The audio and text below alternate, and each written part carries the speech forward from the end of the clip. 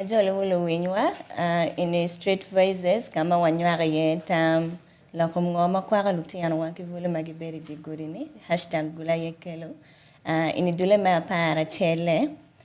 kita wabiru ka wad kere ni chake dule me ang abiche wabiru ka lakum ngoma ramo ngoma kelo lutiano wai di guri ma kwanya giyo ki gang kelo gi di guri ti tian wate nywako giana chel mate kian jimi oma kelo giana inini mate tij ma pe ching vulu ki chan mate kian gai mangoni ma kelo tij ma pera inini ma don ke don ko rupe ki chan ramo kwanya latiano ki gang ki lak mo wala ki lutiano ini maduong pol gi biano di guri kain no mugo no ake ka mugo ka mama pat mugo ki kian charo tamani ke biano di town bi no teach mo ti mugo be don ka don po no teach inini nyogiana tema don biano don aro beri di guri ke don wani tiji di guri ti kyota wan nan wate kere ni po amir latian mo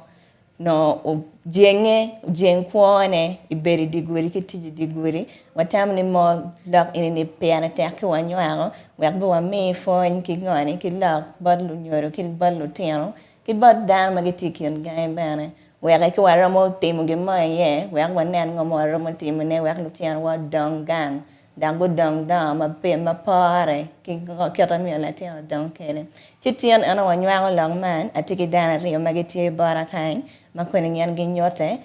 miata jolgi afoyo kwanyo karu me biyon barwa kain afoyo tutwal la mera Letitia me mini watin kar menywa ku lok madiu vulu mati street an makona tika lok kono an kilwani umon Chris ati won kompa vulu me Vanguard Parish at the same time also ati ki organization mabene luenyo me konyo vulu ko malo me Uganda makilwani gai ko an afoyo tutwal. Okay, for my tech, Latissa, major and street voice, and matter lokilwani Patrick Wadmon, let me say, I'm a man, a wonderful man. I've been in a street band, a very street band, but I do got time and I don't want you to do that experience man no street. I don't want you doing so they will beneficial. For my tech. For you, be me chako ne wa mero wanyang gore pangomo ati lorieni kini wa waji kile mwana kilwani unemployment teach maper kwa wa ni teach parenting vulu no atika waji ne ngoma nyaye nyokion gang kono dano nyang kini ngika waji ni mo teach parenting vulu ma megwani ya afoye tutwal la mera Letitia lok ma dohi kum lokum teach ma parenting vulu waramo gonyo ne ki yuario wakero vulu mokwano ki vulu mapo kwano so waneno chalo vulu mapo kwano gen wenti street magin mati street gen wenti ka biono ka yenyo yokwo so vulu mago kwano matiki kara touch mano tika yenyo teach bad no tija tema ye pehe ene be kin vulu mamiro watika neno ne ni matin mano giti street statistic nyo kwet ma yubos joma loyo kwano dano ma kiluongi ni census und wachi ni vulu ma pehe gi atima magitika yenyo nyo gi atima tie chake mo hapara beach to mo hapiera riowia ngwen but ka wanene kumalo me Uganda vulu ma pol mati streets to twale ka waneno gulu kikitkum Gulu City tiki vulu mati street makaro alibario ma ranging age bracket of 15 to mo hapiera reo yangwen mukene bene makaro manoki piera dek vulu ni gi wen bin street be yenyo gina tima mapeha we hagu bin street so percent tika nyute wani ya choli sub region vulu magipe ki teach chok 0% chok kay nano population tie kapa waju gopa tikin percent adeko dokere malo but an percentage enoni inoni peho mabene madit ma watikere mo wa nano percent ma kameno ti ko malo me Uganda ma chel peho me kwan ko malo me Uganda kunyoni vulu tie makeluoni school dropouts makone waneno koni causes but amita good we because amita lab rating unemployment mabe work dano niang maber anen loka kwan ikumalo me Uganda level kwan wa peti matek tutwal chalo kit mayam chon ka inineno latin kwan chere school at the end of the day dropping up from senior 1 to senior 3 75% they don't sit for senior 4 Machel because of excitement of urban setting where most of them they are not sitting. So in any mohario adek mabina nyim, these people whole gidugu chen nugina tima pe gidong chaho asoling street. They want to do good thing. Ka ineno moha karma lockdown uporo percentage manyuro ni lutino anyira kiya actually ranging from a age bracket of 15 to 25 years. Yumoro bero lutino anyira aliba para bero ya actually kumalo bero lutino anyira aliba para bero magu gamu yigi kom lutino magu gamu yigi aliba para bero less to get an assumption ni gunywalo kere lutino achel pe gunywalo rudi lutino when you surviving kukwo single parent is a child parent ngata beno tika keme to advise her how kid maganki beru kere pe lutino when you nywalo dugi gangi malutino dugi gangi lutini kago nywal waberu ke lutino ali bapara bero mano they should also be taken care my income lutino nyene wen kitika gwako ga gwaka wobe ni wen so ka waberu ke lutino ali bapara bero matino kodong waketi inge moha beach mabino level palotino mabiberi street abibero marom kwena cause lutini miro proper education lutini needs proper health care but jemi eroni la nyoro ne bene po kwano makilweni child mother en betika meto proper health care the best thing malatina bitima bichere street ineno kawo wachi unemployment matikin vulu is a very too broad kikumalo me Uganda nyoya actually sub-region. Letitia, I think this is briefly what I can say about unemployment. Laka kira yana waju kene ni ye lunch ba kila wa matiri ini puara mutia kone weng te wa mero nyang te ini mapera ni ngoma tika kere ne tutwalu bod vulu wani tie ki bod vulu ke tie ki bod jomage miu te pero tika kwana matikelo pero ini. Yes, afoi tutwal la mera Letitia. Amita gamla penyini yo kaman peho ma dit ma well Paul Vulowa ki actually sub-region teach pehe chingi tia chele mada no dong reme kwa ma pelare lokman maka inichero ka yenyo teach kipenyo experience dog teach amiero experience for 10 years and furati hokwana ki Gulu University ti inde miti emiro mina experience for 10 years ano ki kwene so experience ka in pay me na teach then how new yo men mabi no ki experience enoni eno bedo pe hachel obedo pe homa dit matika din wan vule ko man me Uganda wow teach pe chingwa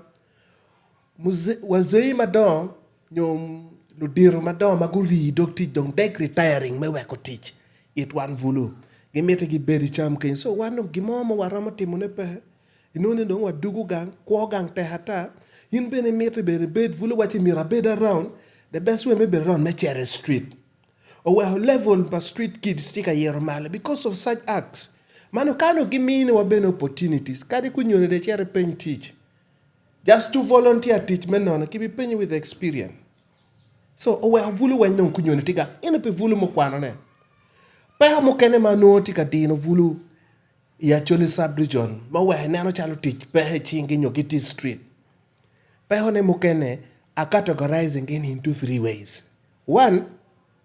mukene ma aki bot make lemon family background nyo kamala gang malatin aki ye. Ma drione peho ma wononi a chalo with pressure. Lemon luni peer pressure group. Then ma deke to twale madam dog dong bot ludiro wa madam ma lemon luni stakeholders. Watch come. Ka dok bot lunyodo mukene tie magi fonyo lutino gi pe me tiyo tich matek no ki biro ki wiro gi awira. So ino chalo wan ka dwe ma para rio romo ki fonyi wa kit me gono matafali ni wachero waton matafali waton lobo wanyono wagoyo wacharo ka wacharo chene ne ki waini chi will ki requirements will ki boni kit ma wan jomo kene wakwano bene kede eno o wa wangini ka tich pe ni tap wach kumpe mete chet ka furu dokulu ka ini chero yu chobo lutena wobe matika furu dokulu pe achuli an example chet yu sewage nge forest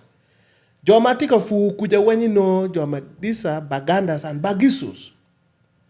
lurok tika biro ka lonyi lobo wa because of white kum ma wan watikede.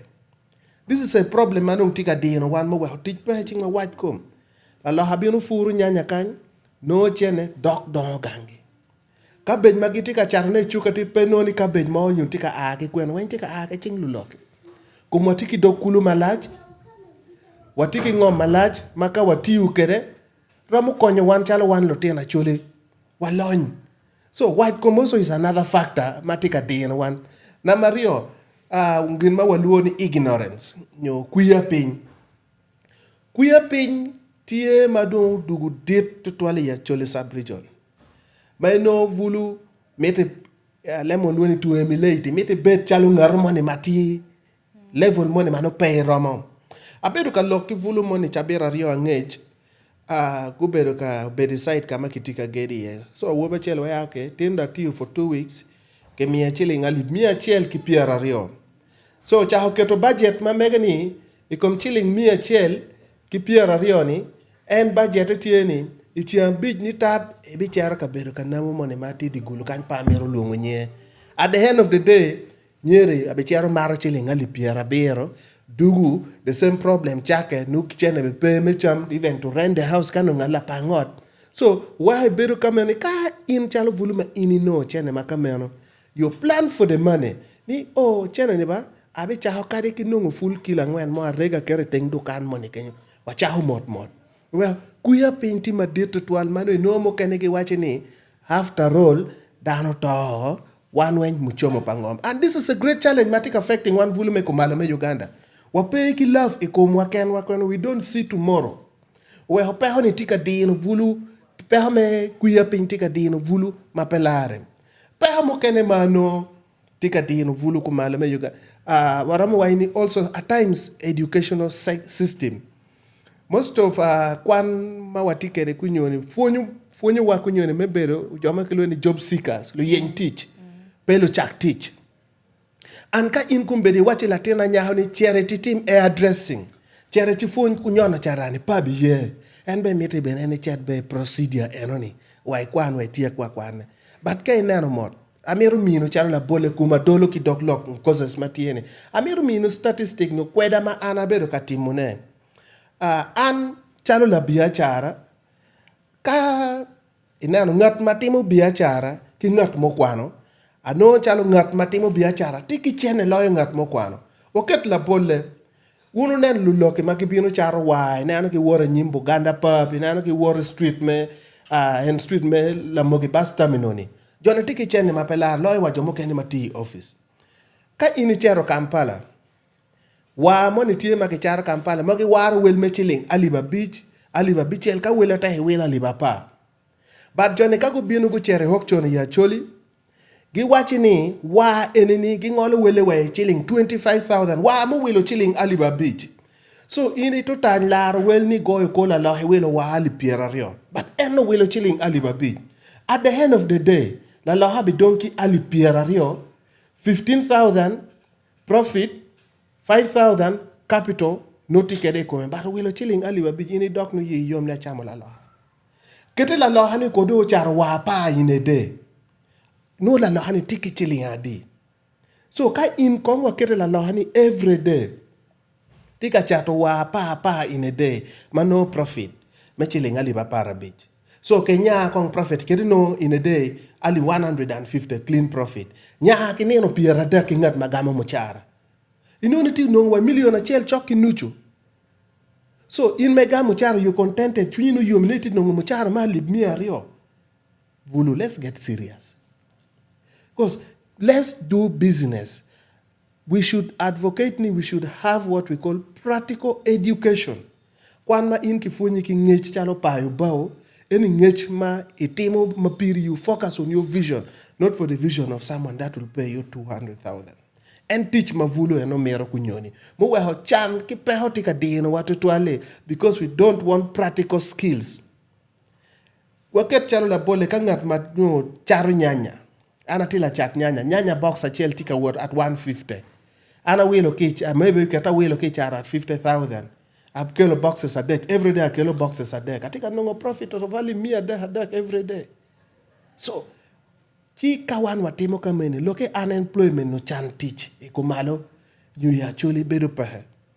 Lutua America wachuni ikiwachini for how long should we wait for Karamoja to develop? But ka inicheri Karamoja abedi Karamoja region. Ka initi Karamoja dogola achel ki Karamoja gimarchak jui. E pen wi kong ya chole kan dogola achel men nero marchak jui no die ma do ti dogola ge. Because Karamoja at least one peho chan mati kumobe puwa por ki me Karamoja. Because we lack a lot of things. So where an kit maneno peho madong tika ngoma tika kelo pehe patit kaini ni bena. Set up my education. Ma lego ni vulu mati winywa wa keme uno ki teach tiaro chale practical. Ramo kwa na mere university nini well and good. But try also to have additional knowledge. Machamo kene ka teach pehe, you can divert and go and do other things that will not keep you home and sit and go to the street. Ana for it to la merality. For the trial, wini maduong ke bod la wadwa. Ana tike gena chill ma no chitia kilo unemployment bod bulu. Gena chill ano miri trial me Jimmy Lobo. Ano gini take kilo unemployment ma did full igulu kind. Let me not say not on igulu. Let me say Uganda wide. Penke na no vuli de kane. Ini romo no like let me say ke Timothy mo romo no chana mama begere like let me say 150 penteka machara mo roin bul de car ke Timothy mo they get like 150 120 ngogene but gen magan wa bulu pero mo chako their own business like me chako me let me say creating something like creating a more my werno ichungpi de kene me chako be charo mingi mir me jime level penke na bul mo gno they have desire gidigi mir me will bomba bejo mir me miel me matota en mi ada gine de costful food pena win chama keno chao romo mera chato nyim zenga gamo bulario en pena win chela rio ba mo kena liwa kana rio inga ngana liwa ngwan so gene is so costful. So, ka in buluma ite waka me mere ni in kunu lake, imidi iri let me say chan money unemployment. Mire money mi Jimmy Lobo toile kona chi will ko mi ara bulari o mana kere koma konsiga mana kere koma design ma bebe gini ke ka tamme ko site kon gina me tam na ma chel tamme ne a chel anga spending chel andi no ni a chel anga no chel andi so ke tamme wi kon ke tamme wi ngeni kiringo ibi tam chi mere ka cha kiri bia char bana maromo no ge mo so ba balo ge mo na no nongi mo mi no gi me balbo be side. So antama mi ke bula wa wek in chan me me unemployment ye le me kiringo bet kitama wi ni mirngo creating some bia chan pe de bet ki mir me Jimmy Lobo toal me itwini ma donga dange wajo ena chel ma tie mere itwina ma mirngo anyak wido an for matter Amira met Manok, ngewa tiu Kivulu for more than now coming to 8 years. Mohabor ma tiu Kivulu. Ma chel peho mada no to tuale dong. Tika dino vulu ma loyo ne dong. Teach ki drugs. Badong kelebe pehe teach berong biro ka kenyo ni teach ki drugs. Chabira dek to duwe achel. Abero ka lok Kivulu mo yung area mo yung ipeje. Kama giwa ini giluo ni mako mache. Pangyo ka jomo kene nyang loke mako machikinu baranda no wobe kuja bero chalo diel mano tio chamo vuro gulu ajal itini ningon koma wati mabe wai pole kamule so don loke pole kamule non panyang to twal chigere wai pole kamula to bero pin. But no, drugs enemy loses what we call your senses of work. Chalo ka initiu ki does drugs such as mira ka ini overusing it loses your sense of work. Manu tama mi ribet katamone chao keneni for your productive way of life. no it's been consumed by me because when you gini kai nyama mo gini wa udiku by the time that night kin ma science waju kede you should have enough rest for your brain to start working afresh making up mano no idi chengiti kaneno idi wo wangiti tuolo. That's true. And beru ki wubi mo ni mo watch a story mo dena nyera we wati maraj unu wa ni de etika maho maj chawe maho maj ni nguru wanga wa ko me maho maj ichung ichaho neno grofa paka hanyer ni yubo grofa ni owenyi chwe owenyi plaster mamero rwenki wie no iti vore olume. Is this illusion? So those drugs, I think it's bad. Also, one thing Manuel Vulu we lack, but also we are fighting. I think together with hashtag, we run a lot of savings. Been training youth basically on financial literacy. Vulu lacks what we call saving skills. Because I can't know Aliba Beach. For me, can't know Aliba Beach. The best thing I do, I pay myself. I always say I should pay myself 10% of the money I get. Can't know chilling Alibaba 10%. I have to first pay myself. I put it in savings. So the rest of it, I plan for other things. One, we don't have saving characters. Will just save even chilling Pierre Beach because one can watiki mir mechane madon. Kawa no, we should get much and we finish it in a day. 4 to 12. Be tamo nyaka maduong dak wanyang ni gyan makelo tij mapariting vulu be duane da kedong kombita na miete kong wanyang kong wat ikian tij mapariting vulu kedong vulu beron kabero kaya kabere di guri me kwa ke gang chaka ke gang kedong beron kabere di guri wata tie kini ngoma kelo wat eno ni ngoma wero ano ke da pe kiti pinga pa bet kiti chama pera ni gang pingo ana ke gang kiti chama pera ni apion kabere di guri Machel kade nendong vulu mu mo tame me chere street Machel awai bene chama kene ko ke gang bedo tek ino lu nyoru mo kene kayini cho deko piano dong ngech mo peheba pe ke skill bene mo ke tiki waraga nini ya o deko bedo kamen ti lep mo ni tie ma lu nyoru wajo inong tijitie me bera konyi ngoe konya ki ngogang then inyo vulu madawa becomes emotional ka pimon ba wek da tenye ki gang ni da ti yen yo kwona so we have vulu chero bede street no lock ma ki gang and to toile bot lu nyoro mano dio kwa pa vulu instead of jingu chwingi ni no mo bi lock nyo ka wa no chen wa chak bi achar mo wa kere chi iwinyo lep yet we have vulu gere mo hotame ngo chero bede street mukene bene bedo pressure atiki groups palotina nyera mabena fonyo gi groups chalo pressure madiyo gi chalo achi kadi ho chero street di abidugu ki gina ke wer ki dong moni ki luoni ngo pangeyo mer mabe o ko lipstick an pangeyo en lipstick ni achi dugu kere doge so akala demo dugu china ni ning hana chero ka Monica kimina ye so that peer influence pressure abi kwanya la tena nya harmony and be we hachera yin kamati ye pien ba ti bere gang bere be ngote mukene bene la tena nya hamo ma chere street pe chero mo ni pimire ne bene mukene no otemo yo kwodo no wente mo no chero temo bot wat itemo kweno no tak beno mi be bedwa gange ba dungo der mo pe chobe kunyoni ena wobe me kunyoni bene giluoni kodi we money ka wunu ngeyo an pa ma lo ki we ni baby boy yitan ran o baby gal yitan ran tika kelo pe hamada nyira pero mo settle ngange no the best way wa hakwan gira chat gira no mega street tika no abet keri kuma so that is also a big problem matika kelo dano kwanya lo tino ki gang per street mami ko na mini be kare wajo mera bene wajo mada no to toilet tech bot vulu matika kwanya ki gang watch kum amiru mino la bole lockdown aberu kilu rema ma wakwano ke in the same university so no gere wakwole mon wai kai ngeo kai ti campus in be bed around imite bene bed chalo pe ai gang pe apian peron beru ka nyuro pe oni chawa wain but anu gere chongo angeo te du chapat lockdown obino goya ma wachili ngali bachel penene ya time peketo wadenu den MTN wen watieho so wa yenyu chima ngarati no me yenyu den so we opo ni atikila tet chapat adonye ba katedo chapat la rewa jalde tu mare dok wa katedo chapat but in a day acha honongo chilling aliba beach ma saving ko na dugu your pa be street but they end up in a day ano jando ko donye gitika nyamo mira ano ko donye no in the street life tino twara chi yue we pia but and instead of chara ka yue no we pia we are different ngano abi wilo ni ning so we go and a lockdown kuma pu ber watch pa ber la ngat manyap we watin and pa medo timo ko de kineno ni so afoya to 12 okay ana for the 12 atiki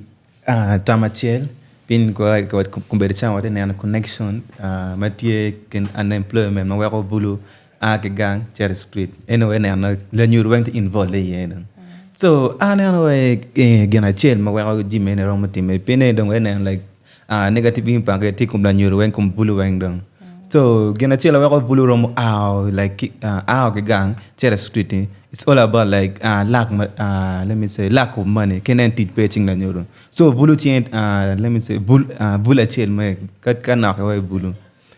bulu tien du gubo ti kwanya ge mo gang so gene mire ni bini chuni ka don let me say ga chana mo pe ge mo pe en mire ngo mi otim ge money so chi du gubo e kwanya so anyway criminal cases so gene chako tension tele kinu in glanyuru chako tele gi chako me like la nyuru chako accusing in la ku ngo gene so gene chako kilo de kinu chako kilo gwenye palok mo so kenyo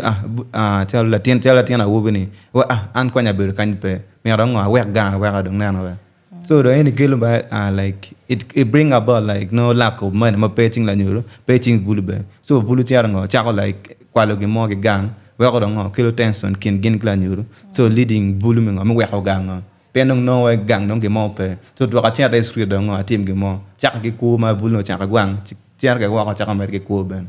so anang no we gine ngo it can lead a person meet street we ko gang meet street so that is my view for Patrick ametin meno wanyang kong inidong terabot Patrick ate kete waju kere ini beri ken do tiano vulu ini magu beru tie di gurini makom kan de pere yeni ke amiri tiata wa kong otime ke ningu me yon ke gang me biene di guri all right kida waju kene ya da anaberu member ma beri street beri street be kamaraj ti peke me duan ta mo ngale kona we ko ana ke gang mi street pen ko ga ba ber ma ba gere gangere jimu be ti ba de kam ba chawo mo ken mo bieno ma jimu ko chawo bieno ya ano me nga cha the street ba jimu chawo bieno we no bien betian lok pen jim bo ba wara ti ke gang ke gang chono beri gang I charo but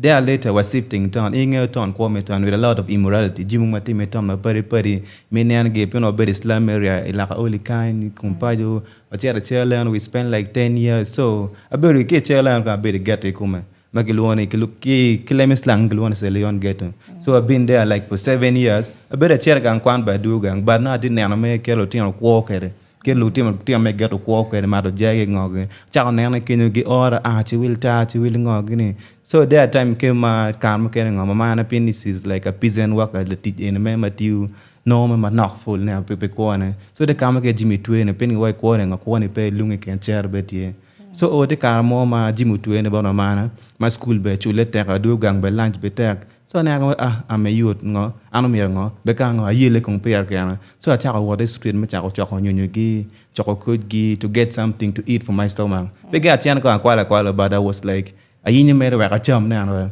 so cha ko no mana na ko me en package mo wa ko ta street da cha ko me cha ko ne so o don kar mo pe ne cha I was like 7 years ngwa ka be yeah and wa cha ko coaching so cha ko like cha ko nyonyo to get the some to cross a bay of living me no ge mo okay no ma cha ngwa ka para ngwan don kenyo don I started like doing something madong is not worth to be done ma wunge jim street I said the street don be gi joma don ge the work ge doing sort of thing but jim were leading and me like the street it was something was not good me like my mom was lacking a lot my man probably care more me pushing and to that extent providing Germany and weighing the city basis lunch breakfast ando achako ake gang mcher ka inyo mere gi mo wa no iya banana so chako mede mod kumero odo I find myself taking more than like even 8 years in the street. So when that happened like that, I was there in the street, and there come a time I got some organization, and they just picked me called Global Bible Community Church, and they were just taking me through my education, and up now I'm that in my S6 in S6 Buckets at the core my campus. But I've been in the street and I'm in street life, but I'm in the can go away. For my take. That's my story. Kero winyo kere mego bero chan manotie ken gang ke utamni ramo biene no Jimmy Mokana ke diguri chalo chan mek cham ke Jimmy Mokana ini dwaga wa chan teach maluti ano ki volo gi biene kati yone diguri ma football atia amiate kong wanong kong achela rio ne ngom ramo timo ne mejwer dog teach in ma peching volo ni ngoma lukian gang ramo timo ne ngoma lunyoro ramo timo ne wan machalo wan vulu kono ngom ramo timo ne ke berne dong du dir madan gamente ke male mo luongi ni stakeholders ngoma gi ramo timo ne wek ngoni wa miu teach ki vulu ma meg wan vulu ba wanongi mama wa timo ma ramo mini wat ngoni kwa mabe afoyo titual gin ma gamente lunyoro stakeholders ki development partners giromo timone ma achiel it vulu one nero na tieni they should give youth education gumini vulu kwan vulu miro kwan because chamo kene wan wabedo kadange teach peching vulu kaki penyi ni ke mi karatachi medok tichu mo iti kere mono no vulu ni wengi pehe kere pien these are all dropouts so gin manu chara mapire teke me neno ni lok me pehe patich ya chole sub region ma kerama timne kwan an kwan ti chalo dong guri nyo gin mapire tek mado dong nyo lonya mu dong ya chole ma kerama tich kere dong mengo me reducing on unemployment. Secondly, nyo marione poko ngech nyo malemon luoni sensitizing vulu about the benefit of hand skills. Teaching enini wak ngech miro romvula about bepa teaching. Ma dake gin maki luoni mentorship and coaching miro romvulu matek. Because projects mago kikelo kimiu kivulu kiwaya okay watiki project akaman kome en watiki project e gwako pego kome en and they don't mentor vulu kit me gwako pego donc tiu mero pego bolunechi duari opego to wen chalo wamio project mone kivulu yung area mo achel ki yung Ngulo West so mo wamini gi machalo lim won kom la kan lim ki karan kadong wachero ka following her project e win won kom ka gore chi mati charo la kan lim we ofura ti chatiere church at the end of the day project eno chi charo choto because vulu kai tiu makiluoni handout simi chie it will never concentrate hard. We should give what we give. We should empower vulu with first the skill and kawanero the skill. Then we shouldn't give them like in hard cash. We should give them in materials. Because kemi ochalo chera nichi wilo pego. Won kon wayan kitong percent mamega. Any gina time. Wa kon wa kwenye percent wa kon. Of which is something very bad. Or all the time ka tika mino my mentorship. I've pointed down the difference between a team and a group. Ka watch a team. Amir mino la bole pijo machwa hodilo. A team have one goal. To win the mass. To win the foot melon dilo. To get more goals. Mono the duties or the goals per teams, all teams. Because if I am playing football, I'm Messi, ati Ronaldo mi oneno ngolo dilo bon ngatati wing chamu chungkane well go dilo more. In the spirit, team spirit, and the team spirit. But the group spirit, only one come has to dictate and kon ki me mega chalo won't come, but ticket where me kwanye neki 5 executives. So only at the end of the day, groups had to collapse, teams had to go on. So let's leave group spirit and we come to team spirit, chalo vulu, so that we all grow together, peer-to-peer education, youth-to-youth education, because it's our season, it's our year. Because we are the future generation. Which generation? Our generation is now. Ka infinity ka matokom, infinity ka matota, infinity ka timongoy. You're wasting your time. Bend down your shoulder, work hard. Then the effect of unemployment, empiric, and you can fight for it. You don't have to wait for government to solve all your problems. It start with you, start with me. So bend down your backs, rub shoulder to shoulder, look for connection and networking. Then we shall zero down to all these cases of, we shall have zero tolerance to unemployment. However, it's worldwide. Thank you. All right. So ana foi matek ano gin ma comment rom team ne la neuro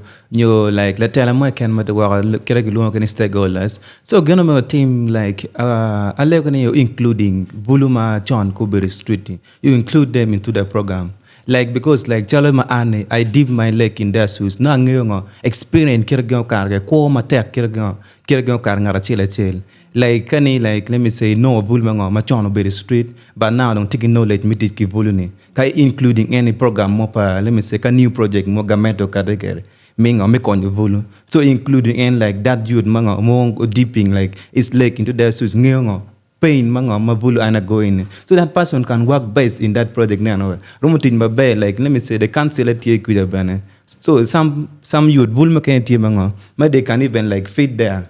So I made my time like let me say to the government, the stakeholders around there, go around me like including those people, my big experience and they were once in the street and you feel like they are capable.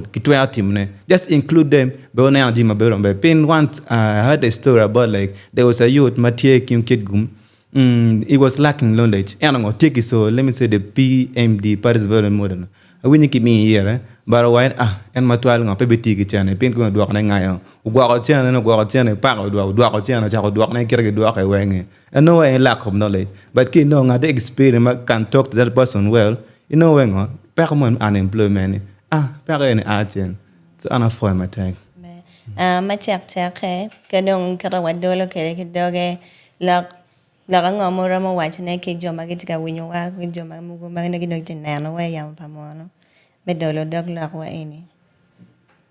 all right look am give ma make it time down wa Kenya pin once let me say President Moma did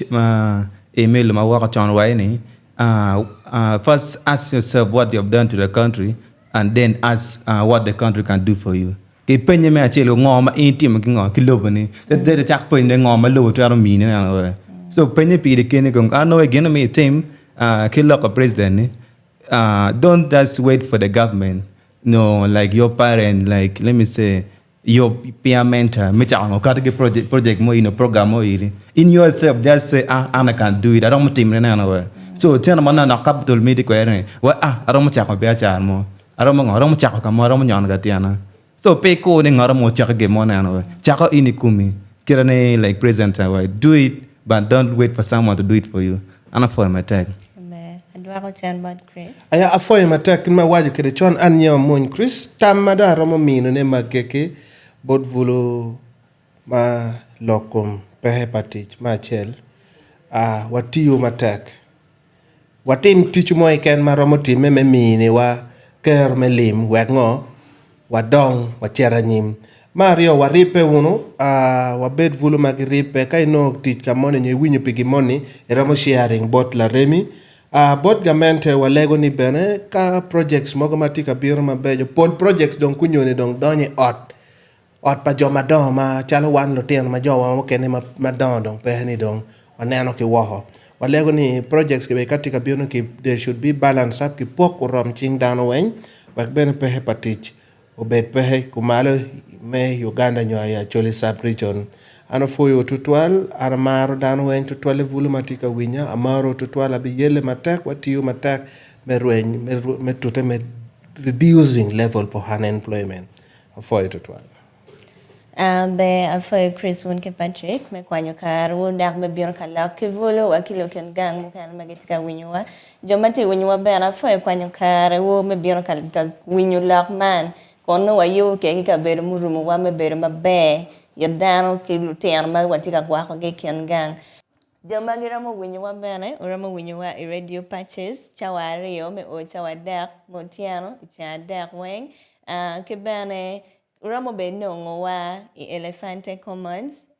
kama office ma mek wati ye, nyogo ni watim, inama makabi karakinge, ana foy winyo wa, warwate ni anamena chen, anya mugara Letitia.